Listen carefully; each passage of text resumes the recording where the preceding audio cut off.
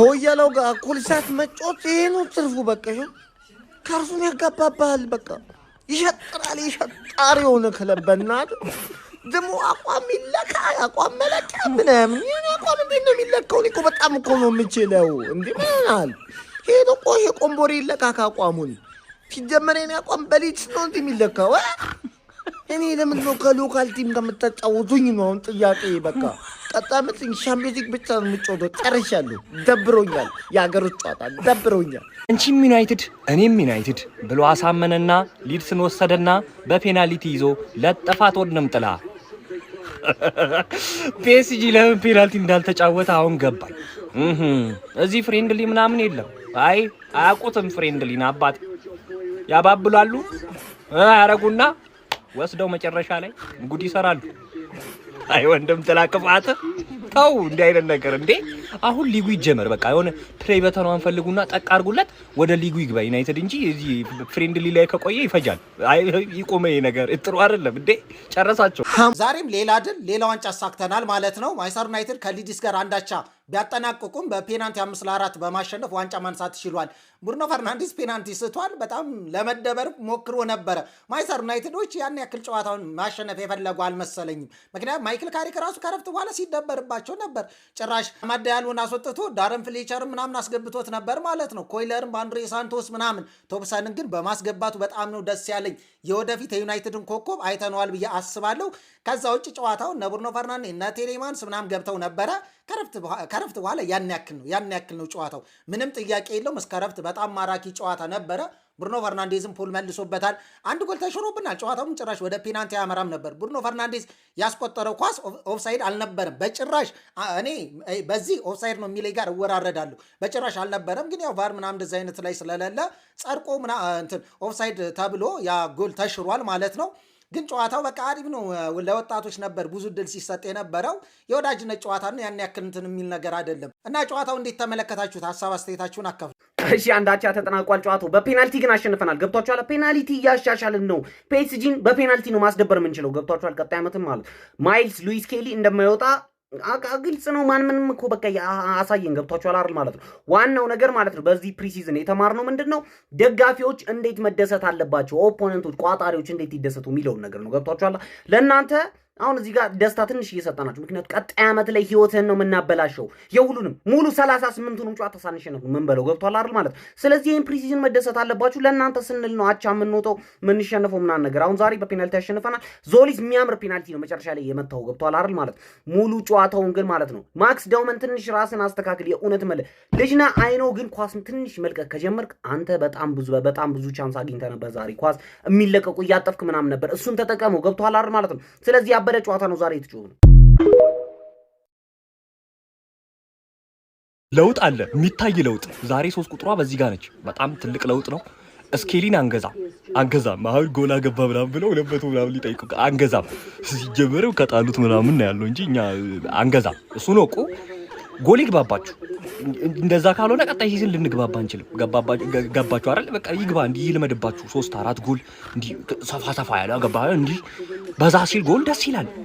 ገባ? ኬፓን ተጠቀሙ። ፍቱን መድኃኒት ነው። እኔ እንዳየሁት ከሆነ ኬፓ ጎል ብቻ ነው የሚገባበት እንጂ በሌላ ነገር የተሟላ ነውና ኬፓን መልሱልን ምናምን አይባልም። ነውር ነው። ይጫወትበት። ማንቸስተር ዩናይትድ እና ሊድስ ዩናይትድ ያደረጉት ጨዋታም በተመሳሳይ እንግዲህ ባቻ ውጤት የተጠናቀቀ ጨዋታ ነበረ። በዚህ መሰረት ሊድስ ዩናይትድን በፍጹም ቅጣት ምት ማንቸስተር ዩናይትድ 5-4 በሆነ ውጤት አሸንፎ በቦይል ስፖርትስ ካፕ ዋንጫን ማሳካት ችሏል። በመደበኛው ሰዓት ጆሹዋ ዘርኬዚ ነበር ያስቆጠረው። ብሬንደን አርሰን ደግሞ የሊድስ ዩናይትድን ያቻነት ግብ አስቆጥሯል። በአጠቃላይ ዮሪ ቴልማንስ ሁለተኛ የወዳጅነት ጨዋታውን አድርጓል። እንደሚታወቀው በክረምቱ የተጫዋቾች ዝውውር ማንቸስተር ዩናይትድን የተቀላቀለ ተጫዋች ነው። በዚህ መሰረት በመለያ ዓመትም ግብ አስቆጥሯል። ለማንቸስተር ዩናይትድም አሁንም ስኬታማ የሚባል ወይም ደግሞ ወሳኝ ፈራሚ መሆኑን እያሳየ ነው የሚገኘው። እሺ የዛሬው ጨዋታ ላይ የተመለከትኳቸውን አንዳንድ ነገሮች ልንገራችሁ። የመጀመሪያው ሁለት ምርጥ ተጫዋቾችን አግኝተናል። ማን ካላችሁኝ አንደኛው ሃሪ ሃማስ በቃ ቡድናችን ላይ በቋሚነት መቀመጥ ያለበት ተጫዋች ነው።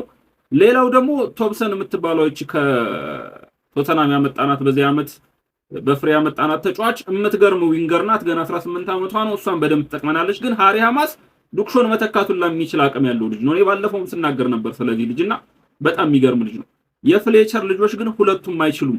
ሁለቱም ማለት ነው በጣም ኮንፊደንስ የሌላቸው፣ በጣም የሚፈሩ፣ በጣም በቃ ምንም ይሄ ኳስ ተጫውተው ሁላ የሚያውቁ አይመስሉም። እና ሁለቱም የፍሌቸር ልጆች አያስፈልጉም።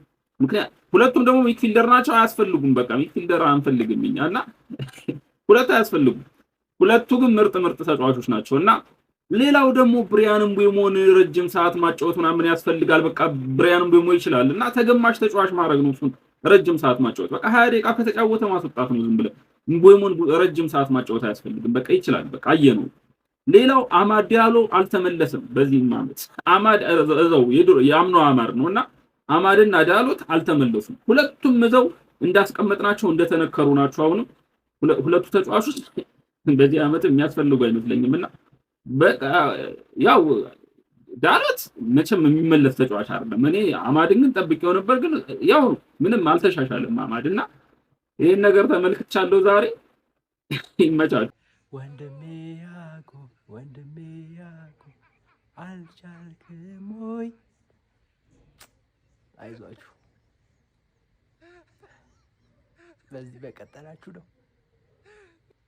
ወደ እጮኛችሁ ቤተሰብ ሽምግልና ልካችሁ ልጁ ምን አለው ከተባላችሁ የማንቼ ደጋፊ ነው በሉ። ሌላ ቀጠሮ ምንም አይሰጣችሁም፣ ውሰዳት ነው የምትባሉት ብሏል። አራራራራ ምቡሞ ምንድነው? ያዝልቅልሽ በዚሁ ያዝልቅልሽ። የሚገርም አሲስት ነው ለዝርክዚ ያደረገችው። ያው በጨዋታው አንዳቻ አለቀ። ከዛ በፔናልቲ ያሸንፈናል። ሴኒ ላምንስ የሚገርም ሴቭ ነው ያደረገውና ጨዋታችን እንዴት እንደሚያምር እኔ በቃ ሙሉ ብሩን እስከማየው ጓጓው። ፕሪሚየር ሊጉ የመጀመሪያው ጨዋታ መቼ ነው ያልኩትና የሚገርም ጨዋታ ነው የተጫወትን ያለ ነው። በቃ ቴሌማንስ እኔ ሴኒ ላምንስ የዓመቱ ምርጥ ፈራሚ ተብሏል። ሁለተኛ ጊዜ የዓመቱ ምርጥ ፈራሚ እንደምንባል በጣም እርግጠኛ ነኝና ይሄንን ቡድን በሙሉ ስኳድ እስከማየው በጣም ነው የጓጓሁት። በዛሬው የተደረገው እንግዲህ የማንቸስተር ዩናይትድ እና የሊድስ እንግዲህ የፕሪዝን ጨዋታ ማለት ነው 1-1 ተጠናቆ 90 ደቂቃ በኋላ በ5-4 እንግዲህ በፔናልቲ አሸናፊነት ዩናይትድ ዊሉን ይዞ መውጣት ችሏል ማለት ነው። ለመናገር ዲዘርቭ ነው ብንል የሚያከራክር አይመስለኝም። ከጨዋታው አንጻር ስንመለከተው ምናልባት የላቀ ብልጫ ባይባልም ግን ብልጫ እንደነበረ ዩናይትድ ያስታውቅ ነበር። ፈርስት ሃፍ ላይ የመመጣጠን ነገር ነበረ። ሰከንድ ሃፍ ላይ ግን ኳሱን ቢይዙ ዩናይትድ ትንሽ ችግር ያመጣበት ኦፍ ዘ ቦል በተለይ የሚከላከሉበት መንገድ ኮስት ያደረጋቸው ነበር። በተደጋጋሚ ሊድሶችን ስፔስ ይሰጣቸው ነበር ማለት ነው። ግን ያቺ እንደምን ኮንቴን አድርገው መውጣቸው ነበር። ከዛ ውጭ ግን ዩናይትዶች ኦን ዘ ቦል ብዙ ሰዓት የነበሩበት ጊዜ ቢኖርም ግን ትንሽ ኢፌክቲቭነስ ሲቀር ነበረ። እነ ቴሌማንስ ብሩኖ ሲገቡ እንደውም የተሻለ ነገር ያሳዩናል ብለን አስበን ነበር። ግን እነሱም የጨመሩት ቦል ሪቴንሽን ነው። ቻንስ ወደ መፍጠሩ ግን ትንሽ ላቅ ያለ ነገር ይፈልጋል። ኤኒዌይስ ግን ያው ኢንቴንሲቲውን ለማረጋገጥ ነው ምናምን በሚለው አንጻር ብዙ ዲቴል አንገባበትም ወደሱ ጉዳይ ላይ። ግን ምቤሞና ዛግዚ ከፊት ለፊት የተደረጉት በምክንያት ነው። ሊንክ አፓቸው በጣም የሚገርም ነበር። ፈርስት ሃፍ ላይ የሚንቀሳቀሱበት መንገድ ጸዴ ነበር ብዬ ነው ማስበው ማለት ነው። አንዳንዴ ያው ፋይናል ሰር ዲሲሽናቸው ላይ አንዳንዴ ቤት ሰዓት እውነት ነገር ምቤሞ ብዙ ሲያጠፋ አታዩም። ግን ዘርግዚ አንዳንዴ ዲሳይድ የሚያደርግበት መንገድ አንድ ለቴ ሲያጠፋ ታዩታላችሁ። ጥሩ ነገር ሰርቶ ወዛው አየር ላይ ሲያገሽፈው ማለት ነው። ግን ያ አሪፍ እንቅስቃሴ ነበር የተመለከትነው። ከነ አማስም አሪፍ ነገሮች አይቻላሉ ብዬ አስባለሁ። እነሱን ያው በተደጋጋሚ ዩናይትድ ያንግስተሮቹም እንግዲህ እድል ለመስጠት የሞከረ እንደነበር ያስተውቃል። ፍሌክቸር ግን ትንሽ ይቀረዋል። አይ ቲንክ ውሰት ቢወጣ ባይ ነኝ። ከዛ ውጭ ግን ያ ቅያሬዎቹም ጥሩ ናቸው። ዩናይትዶች እንግዲህ ሴትሊን ለማድረግ የሞከሩ ነው። ካፕ ጨዋታዎቹ እንደሚኖር እንዳሉ ያውቃል ያስተውቃል። ካሪክንም ስታዩት ማለት ነው ሁሉም ተጫዋቾች ለመጠቀም ሁሉም ተጫዋቾች አዳፕት እንዲያደርጉ ለማድረግ ነው አላማው ያለው ማለት ነው። እና እሷን ነገር በደንብ ጠንቀው ያወቁበት ይመስላል። ምናልባት ተጫዋቾቹን ወደ ውሰት ላይ ልኳቸው ይችላሉ የሚለው ጉዳይ የምናየው ይሆናል። ግን አንዳንድ ተጫዋቾች ውሰት ሊፈልጉ ይችላሉ። እና አማስ እንደነገርኳችሁ እንደነ ፍሌክቸር ትንሽ የመሰል ነገር ይቀራል። አንዳንድ ዲፌንሲቭ ምናልባት ዩናይትድ ኤክስፖዝ ሲደረግ የነበረው በዚህ የመጣ ነው ብዬ ስለማስብ ነው። ሌላው ነገር ጥሩ ነበር። ቦል ሪቴንሽን ኳስ ለመያዝ ያላቸው ፍላጎት ከዛ ነገር አንጻር ከዛ አንግል ስታዩት ከዲፌንሱ ከሚድፊልዱ ምናምን አንጻር ጥሩ ነገር ተመርተናል ብዬ ነው ማስበው። ኤኒዌይስ ግን ለዩናይትድ ያ አስፈላጊ ዊን ልትሉ ትችላላችሁ አይገስ ከፔናልቲ በኋላ ላለው ግን ያ ብልጫ ላይ እንግዲህ ዳንኤል ፋርከ ባይዚ የዋዛ የሚባል ቡድን አይደለም። የሊድስ ዩናይትድ ራሱ በጣም ብዙ መጠበቅበት ነው ባይዚ በዚህ ሲዝን ጄምስ ትራፈርድ ከበረኝነት አግኝተዋል። ከዛም ውጭ ሌላ ብዙ ሳይኒንጎች አላቸው። እንደሚታወቀው ቡድናቸው የተገነባበት መንገድ ከነ ሃሪ ዊልሰን ራሱ ዛሬ ፔናልቲ ዳነበት። እንግዲህ በጣም የሚገርም ጫጮት ነው ያላቸው። የሚገርም ቲም ነው ያላቸው። ፕሬስ የሚያደርጉበት መንገድ፣ ስትራክቸራቸው የሚጠብቁበት መንገድ፣ ማንቱማ የሚንቀሳቀሱበት መንገድ፣ ኢንቴንሲቲያቸው ራሱ ፕሪዝን ጨዋታ አይመስልም። ኪፕ አፕ የሚያደርጉበት መንገድ እና ሊድሶችም ክሬዲት ይገባቸዋል ማለት ነው። ያ ኢንተረስቲንግ የሆነ የፕሪሚየር ሊግ ጨዋታ ውስጥ ያየን የሚመስለው ግን ኢንቴንሲቲ ቀነስ ብሎ ማለት ነው። እንደዛ ብዬ ነው ማስበው። ኤኒዌይስ አሪፍ ጨዋታ ነበር። እናንተ እንዲታያችሁት ኮሜንት ላይ ሀሳባችሁ ማስቀመጥ እንዳይረሳ። ታሱን መጫ እንዳይረሳ። ምንም አይነት ጨዋታ እንዳያመልጣችሁ ሪቪው እንዲኖር ሀሳባችሁን ኮሜንት ላይ ያስቀምጣችሁ። ኮፒ ሊንክ ይደረግ። ቀጣይ እስክንገናኝ ድረስ ይመቻችሁ።